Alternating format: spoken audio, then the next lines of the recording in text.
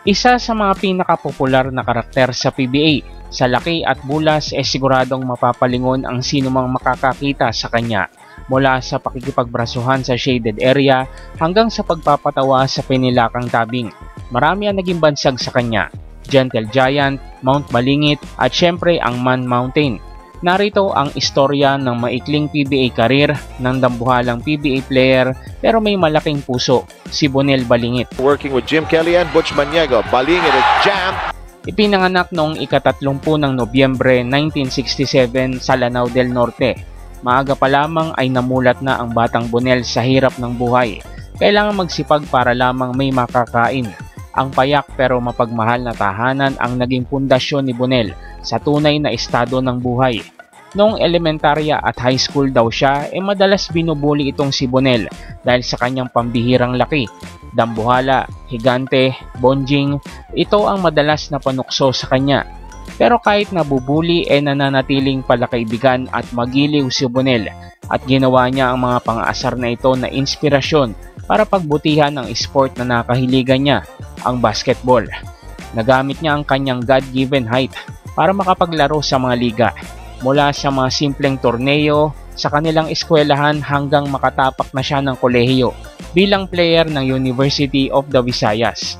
Inamin ni Bonel na idol niya ang isa pang big sa PBA, si Big J, Robert Jaworski. At ito ang naging inspirasyon niya na sana balang araw makapaglaro din siya sa PBA. Sa pagbubukas ng dekada 90, naglalaro na siya ng amateur basketball sa Magnolia Ice Cream sa PBL. Dito pa lang sa amateur league pansinin na itong si Balingit. Pambihira ang laki pero may galawan. Kaya noong 1992, nagpasya si Bonel na pumasok na sa PBA at magpa-draft. Napili siyang pang-11 pick sa second round at napunta naman sa Swift Mighty Metis. Sa height na 6'9" siya ang pinakamalaking player na napasok sa PBA sa panahon na ito, kaya siya tinawag na Man Mountain. Kasama niya sa draft sina Vergel Meneses bilang first pick, Jolly Escobar, Kevin Ramas at Bong Ravena. Sa mga unang taon ni Balingit, hindi siya agad lumikha ng impact sa team ng Swift. Taga-depensa sa paint at madalas ay backup center. May mga kritiko kasi ni Balingit ang nagsasabi na hindi agresibo maglaro si Bonel. Sa laki at bulas niya ay dapat nagpapakita siya ng lakas sa laro. Hindi kasi maiiwasan na maikumpara siya sa mga naunang sentro na napakahuhusay. At dahil siya ang unang ganito ang laki at bulas, high expectations ang sumalubong sa kanya. Sa katotohanan daw ang moniker sa kanyang Gentle Giant isa ring panglalait sa style ng kanyang paglalaro. Malaki ka nga pero ang gentle mo naman. Sa basketball daw kapag nabiyayaan ka ng ganitong klaseng laki at bulas, hindi dapat maging gentle ang iyong laro. Naging inspirasyon ito kay Balingit at binago niya ang takbo ng kanyang karera. Nagbago ang lahat noong 1995. Naging malaking parte si Bonel sa naging biyahe ng Swift tungo sa ilang kampyonato at napanalunan niya ang Most Improved Player ng 1995-1996 season. Napasama sa second mythical team at ang Swift ang isa sa mga championship contenders at teams to beat ng PBA sa dekada 90. Sa pag-angat ng laro ni Bonel sabay namang nakilala ang kanyang pangalan. At gaya na lamang ng mga unang PBA player na sina Jimmy Santos, Yoyong Martirez at Benji Paras, nasabak din sa pagpapatawa itong si Bonel.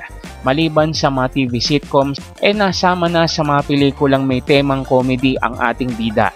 Una siyang lumabas sa pelikula ni Babalu na ang pinakamahabang baba sa balat ng lupa noong 1997. Tong tatlong tatay kong Pakitong-Kitong kasama si Redford White noong 1998 at Isprikitik Walastik kung Pumitik noong 1999 at nasundan pa ito ng iba.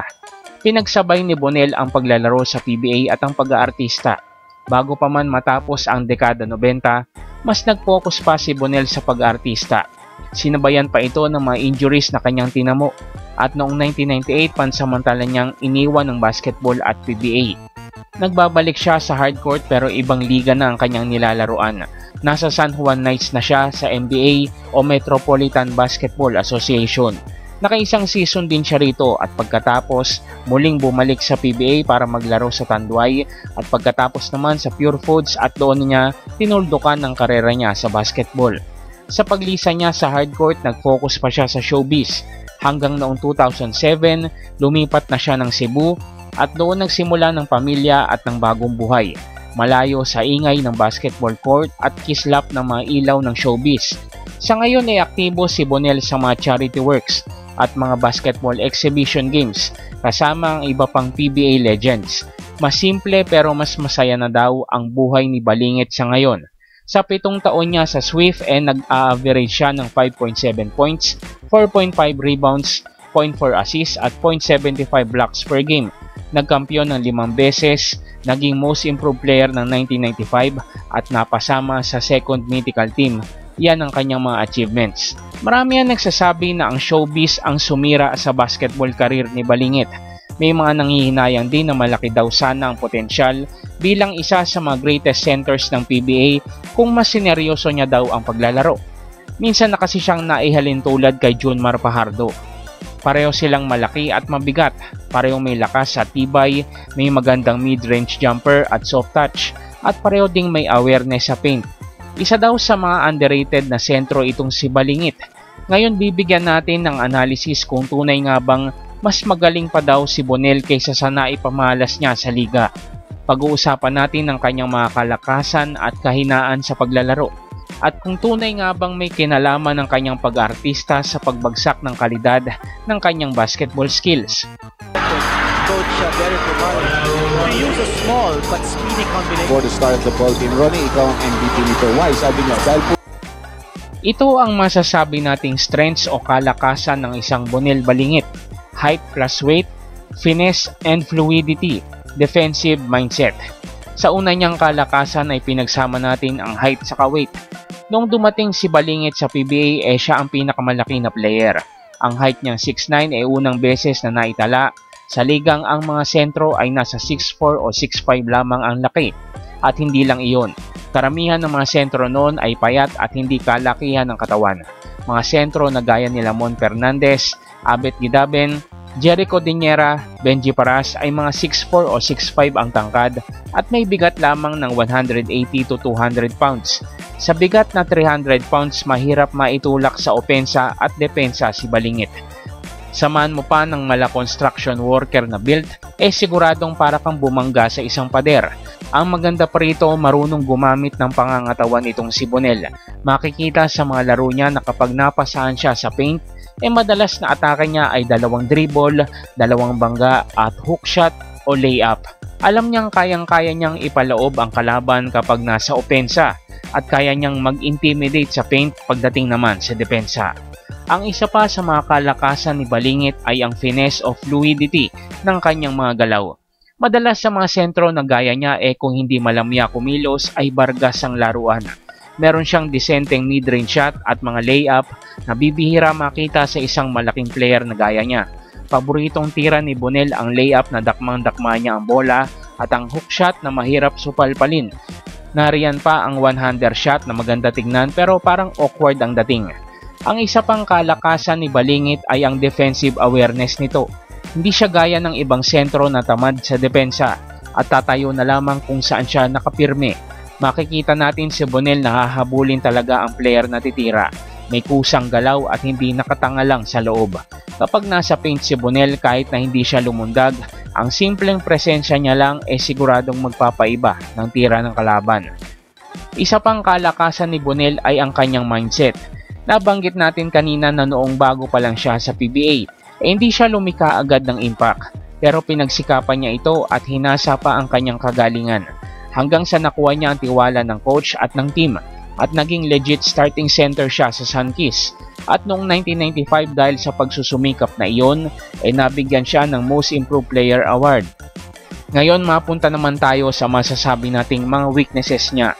Nabanggit natin na ang isa sa mga kalakasan niya ay ang height at weight. Ngayon pag-uusapan naman natin ang kanyang height at weight bilang kahinaan. Sa height niyang 6'9 hindi maiwasan na malaki ang demands sa kanyang laruan dahil na ikukumpara siya sa mga mas magagaling na sentrong naglaro sa PBA na mas maliit sa kanya.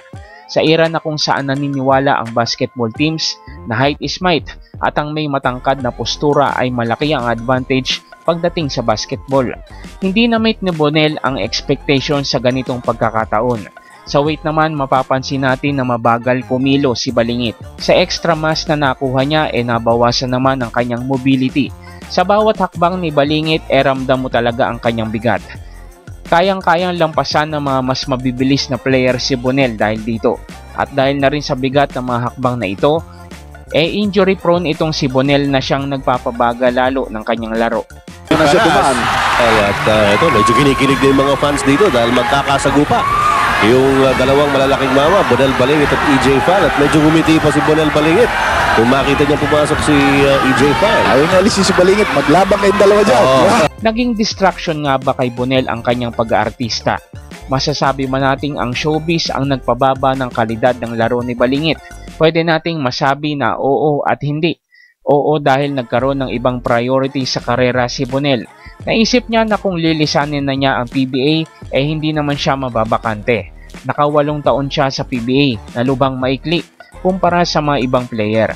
Inamin minsan ni Benji Paras na isa ring PBA player na naging komedyante. Na noong kumikita na siya ng maganda sa showbiz, naging malaking factor ito para maaga siyang magretiro. Sa showbiz daw kasi, hindi ka masyadong pagod at hindi ka rin ma-injury. Kikita ka rin naman ng malaki. Ganito marahil ang naisip ni Balingit noong unang lumisan siya ng PBA. Hindi natin pwedeng sabihin na ang pag-aartista ang sumira sa karera ni Balingit sa basketball dahil kusa naman niyang pinili ito. Sa PBA din naman unang nakilala si Bonel para makapasok sa showbiz. Isa pa sa mga argumento na mas magaling pa sana ang nilaro ni Balingit sa PBA kung nagabayan lamang siya ng tama. Noong dekada 90 kasi, hindi pa naman uso ang mga advanced statistics, analytics at mga personal trainers, pati na rin ang mga specialized training para sa mga atleta. Kung marunong kang tumakbo, tumalon, magaling mag-dribble at shumot, at nabiyayaan ka pa ng tangkad at bulas, makukuha kang basketball player. Na kay Balingit na ang tamang mindset at skills para maging mahusay na sentro ng PBA. Kung naturuan lang siya ng iba pang arsenal, sa kanyang basketball career siguradong maabot niya ang kahit kalahati man lang ng narating ni Junmar. At kung si Balingit ang isa sa mga dominanting sentro ng PBA, malamang sa malamang hindi niya ito iiwan ng ganun kaaga at kadali at ipagpapalit na lamang sa showbiz. Ang mga strengths niya ay pwede pang i-develop at ang mga weaknesses niya ay pwede namang ayusin. Siguro kung ngayon naglalaro si Balingit mas may expose siya sa mga makabagong paraan at scientific na paglalaro ng center spot. Marami din na nagsasabi na ang bansag na gentle giant kay Balingit ay patungkol sa kanyang mabait at tahimik na personality. Sadya daw kasi siyang magiliw at palakaibigan, jolly at charming sa mga kaibigan at fans. Malaking pagkakaiba raw sa persona na nakikita natin sa hardcourt. Kung titignan naman natin sa isang banda, mukha namang walang pinagsisisihan si Bonel sa kanyang naging pasya. Masaya siya sa buhay niya ngayon at nagkaroon ng disente at produktibong karera sa PBA. Nabigyan siya ng sapat na opportunity at naipakita naman sa lahat kung ano ang kaya niyang gawin. Anong masasabi mo rito, buddy? I-comment mo lang iyan sa ibaba. Marami pong salamat sa pakikinig at panonood. Magkita-kita tayong muli sa susunod na video.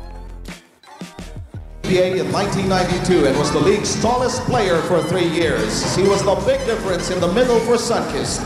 He proves that nice guys do finish first. From Palibhasa Lalaki and the Sunkist Orange Juicers, Bonel Balingit.